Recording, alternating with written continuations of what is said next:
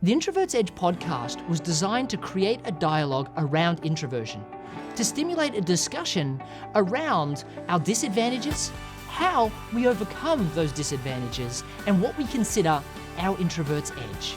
Together, we're finally going to confront the stigma around introversion, showing that we're not second-class citizens, we're just different, and we need to embrace that.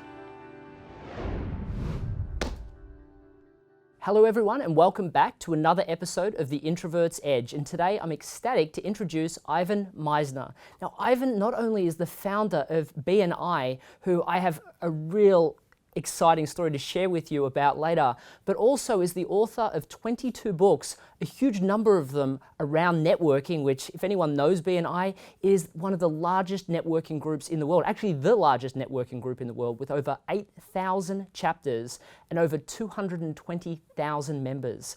So while many people watching probably know about BNI, they may not have met Ivan, so I'm looking very much forward to introducing you to Ivan. Ivan, thank you so much for joining us today. Thanks, my pleasure to be on. I have to admit, I'm ecstatic to introduce you to the introverted audience because your story is a really interesting one. And while I have a personal family story about BNI and how it helped my family, I'd really love for the people that are out there listening going, what is this BNI thing? If you could share just a little bit about what BNI is and how it really has helped the world economy of small businesses. So BNI is a business and professional networking organization. We allow one person per professional classification to join. We get together every week, so we literally have 8,100 meetings every week all around the world. We get together to pass each other referrals. Last year we passed 9.9 million referrals. So just a couple. Yeah. Generated 11.1 billion US dollars worth of business for our members. Now, just so you know, 11.1 billion is the same as the gross domestic product for the country of Liechtenstein. Wow. Okay, it's a small country, I know. Yeah, but still, how cool still, is that that is we as a business amazing. organization could actually generate as much business for us as a small nation in the world. I'm looking for a bigger nation next year, but I still think it's amazing. What I really enjoy about the whole BNI story is it's really to the center point of what small business is. It's really just people helping their friends out. And I think that's something that BNI is really captured in its essence. Was it always that way? I mean, I know you were sharing off camera some of the stories about moving into other countries and really the struggles and the successes that you had when doing that. And I'd love for you to share that, because a lot of people that are watching this show, they may be working for a corporation trying to get buy-in from people, or they may be dealing with other countries, or maybe they're starting their own business. And I think that story would add some really great context. So I think sometimes we look at the differences in people as opposed to the similarities. And entrepreneurs worldwide want to do business with people they know, like, and trust. And that's consistent in any entrepreneurial nation. And that was something that we tapped into in BNI. But you can't argue with the cultural differences, because there are cultural differences. So as we opened up in other countries, the first thing that people looked at was, oh, this is so American. This is so American. And today I tell people, this is the least American thing I've ever done. And they're like, how could that be? Well, when you think of American business, do you think of cooperation, collaboration, giver's gain, our core principle, core value? Giver's gain. No, you don't think of that when you think of America. You think of dog eat dog, I'm going to put that guy out of business. That's what you think about. And so this is the least American thing that I've ever done. Yet businesses, as we open in other countries, just assume that this is American. And rather than argue with those countries, we decided to embrace that. And so from the very beginning, as a matter of fact, the first country we did this in was Australia, where we changed just the spelling of words, like check with C-H-E-C-K in the US to C-H-E-C-Q-U-E in Queen's English. And instead of saying good morning everyone, it was good day mate or whatever. And we ended up making 450 changes in our manual. So the first day of the new chapter, after there was a lot of resistance that were different down under, we showed them the new manual and we said, yeah, this was started in America, but we made 450 changes to the system. And the members looked at it and were like, yeah, mate, this will work great here in Australia. So rather than fight it, we just sort of embrace it, show them the program. what we found is that entrepreneurs worldwide want to do business with people that they trust. And if we can get to that, then it transcends the cultural differences. I think that's amazing. And when I was doing my research on BNI, because I mean, my personal story with BNI is that my mother was a struggling introvert. She was a business coach, and she moved out of a big corporate organization, and she decided that being a business coach would be what she wanted to do for the next chapter of her life. And she then found she had to sell and she had to market, and a lot of people with functional skills, it's just not what they're built for. They assume that if they're just good at what they do, customers will come. Build it and they'll come. And that mindset, she discovered very quickly, just isn't the case. Yeah. And she needed to find a solution. So she joined BNI, and at that stage, we didn't really know what BNI was. And she started going on these dance cards with people, yeah. which, you know, it's really an interesting kind of idea. But for her, that was the success for her business. She really struggled with going out and marketing. Networking events were not her thing. Right. So going in and talking about what she did, she found she'd say she was a business coach, and while these days I would tell her to say something different, that she found that she was in a defensive, or people go, oh yeah, and I had a big business coach before and it didn't work. Where BNI actually got her to be able to share what she did and then be able to have real conversations with people that referred her. And it really changed everything for her. She went from really struggling to, I can say the reason why I went to private school the last 2 years was because of BNI. And the change in my life was huge because of what my mother was doing, and the change in her confidence was amazing. Just by having a place to go where there were motivated people to help her. So for that, I really thank you for setting that up. Thank you. I really appreciate you saying that. It's amazing to me how it's changed so many people's lives by generating business and relationships. Now, you mentioned a dance card, just for clarity. Yeah. We're talking about one-to-one meetings where you sit down and actually meet with somebody, generally go through something I call the GAINS exchange, which stands for goals, accomplishments, interests, networks, and skills. And what you do is you try to look for overlapping areas of interest, because if you can find overlapping areas of interest, that's the beginning of building a relationship. If your network is a mile wide and an inch deep, it'll never be very strong.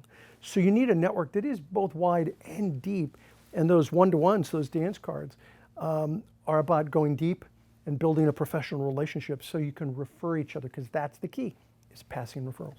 I think that makes such a difference, because I've been to so many associations where everybody talks about getting better at their skill, but no one knows what each other do. And it's like in the group, people are constantly complaining that no one's ever referring each other, and why is there not that kinship? And every time I'm like the odd one out that says, well, no one knows what each other do. Right. Why don't we have a session where we just share what each other do, or maybe we meet each other one-on-one? And that came from the understanding of BNI. And I think that, you know, my mother received a huge amount of business, but she also gave a huge amount of business because she met with graphic designers that didn't business coach, and she met with, you know, architects that didn't business coach. So the referrals she was giving, they weren't losing her anything. As a matter of fact, they were aiding her because she helped those people find solutions to people that they trust. And it's funny that that transaction, people see that if I give somebody else a lead, then I'm not making money. And it definitely wasn't the case. But not only that, people don't see that they're forwarding that relationship with the person that they're giving the introduction to, because people are like, oh, that's my go-to person for introductions. It's really about building social capital. And in order to build social capital, you have to make an investment. And social capital actually is a little similar to financial capital. You know, the bank has this expectation that before you write a check, you actually put some money into the bank.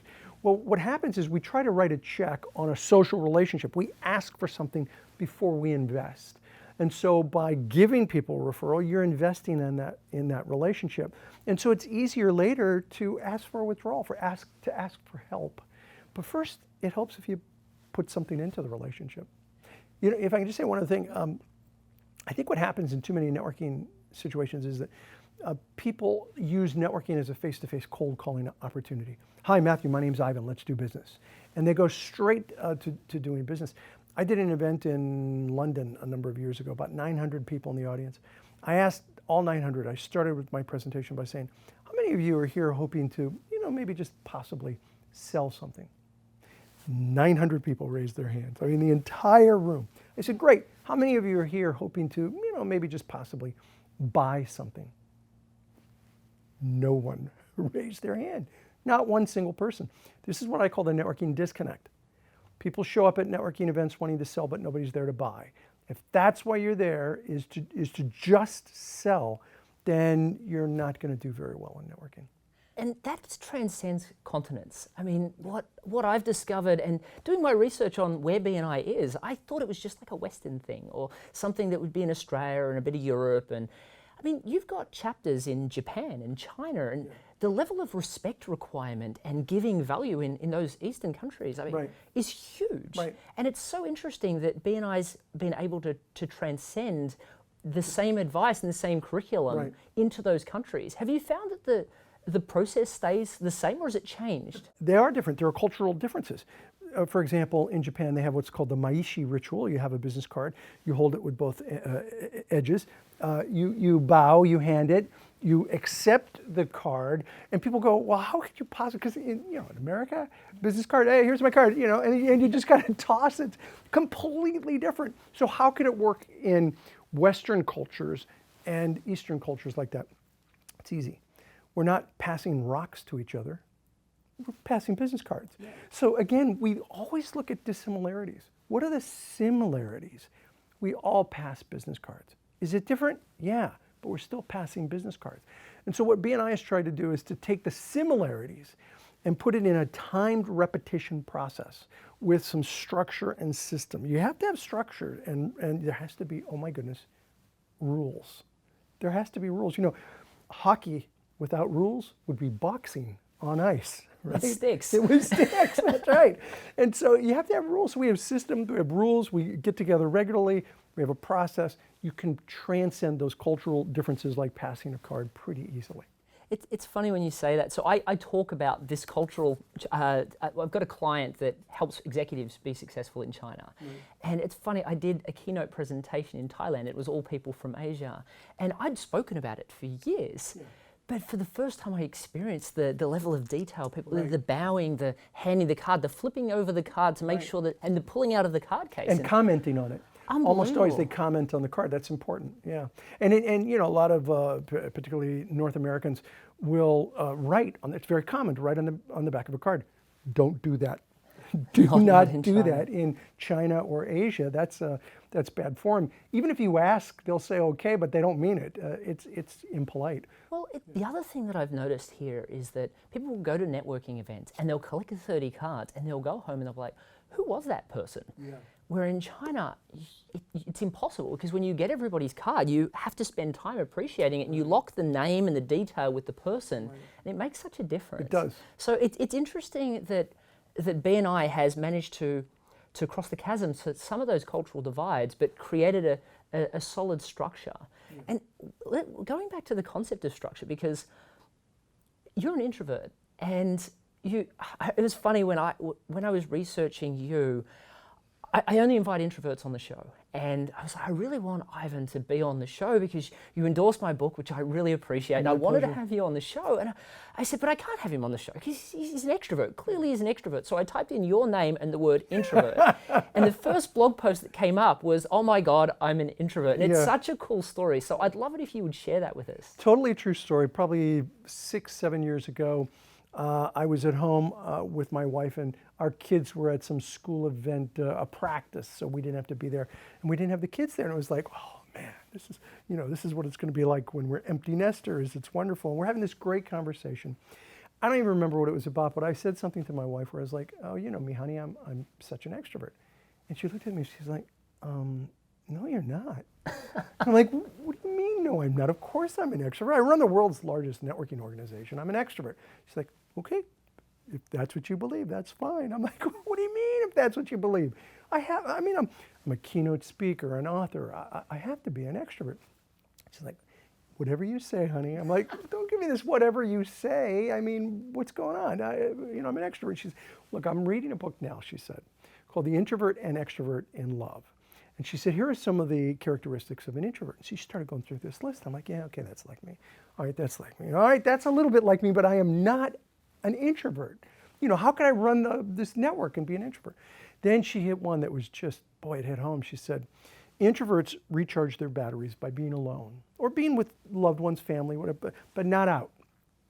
Wow, that hit home with me because she loves going out. She's a total extrovert. I need to recharge my batteries alone at home. And so, but I'm annoyed now. So I go into my office at home and I get on Google and I find a test to take to show her that she's wrong. And so I take this test on introvert, extrovert, and it says, congratulations, Ivan Misner, you are an introvert who is a situational extrovert. If you're talking about a topic that you love, or if you're with people that you're close to, you come across as an extrovert. Otherwise, you are an introvert. Now go apologize to your wife. Okay, didn't say that, but I did. So yeah, I was a little surprised. But what was amazing was I started thinking about the network that I created. And I realized that I had created a network really for introverts without even consciously thinking about it. I could have created a network that was a big party, a mixer, lots of people getting together and mingling, but I'm uncomfortable with that. As a matter of fact, when I go to even BNI events, I ask someone to walk me around and introduce me to people because I feel uncomfortable just walking up to a stranger. It's all about building relationships, a small group of people, 40, 50 people usually in a room. And so it's about going deep and building relationships. It's not about a party. And I thought, oh my goodness, BNI really is perfect for introverts, and I had never considered that. That's amazing. And I think one of the really cool things about that is that if you're an extrovert, you probably wouldn't have created BNI. No.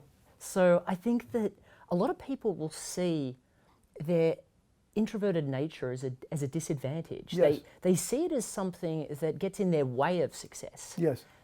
It sounds like to me, and I don't want to put words in your mouth, but it sounds like to me that introversion was actually one of the things that was critical to the success factors that you've had in business and in life. Yeah, absolutely. You know, listen, and I have said this before I came to the realization that I was an introvert, but I believe introverts and extroverts can be good at networking, but they have a whole different set of problems. Extroverts, they love meeting people. So everyone assumes because they love meeting people, they got to be great at networking.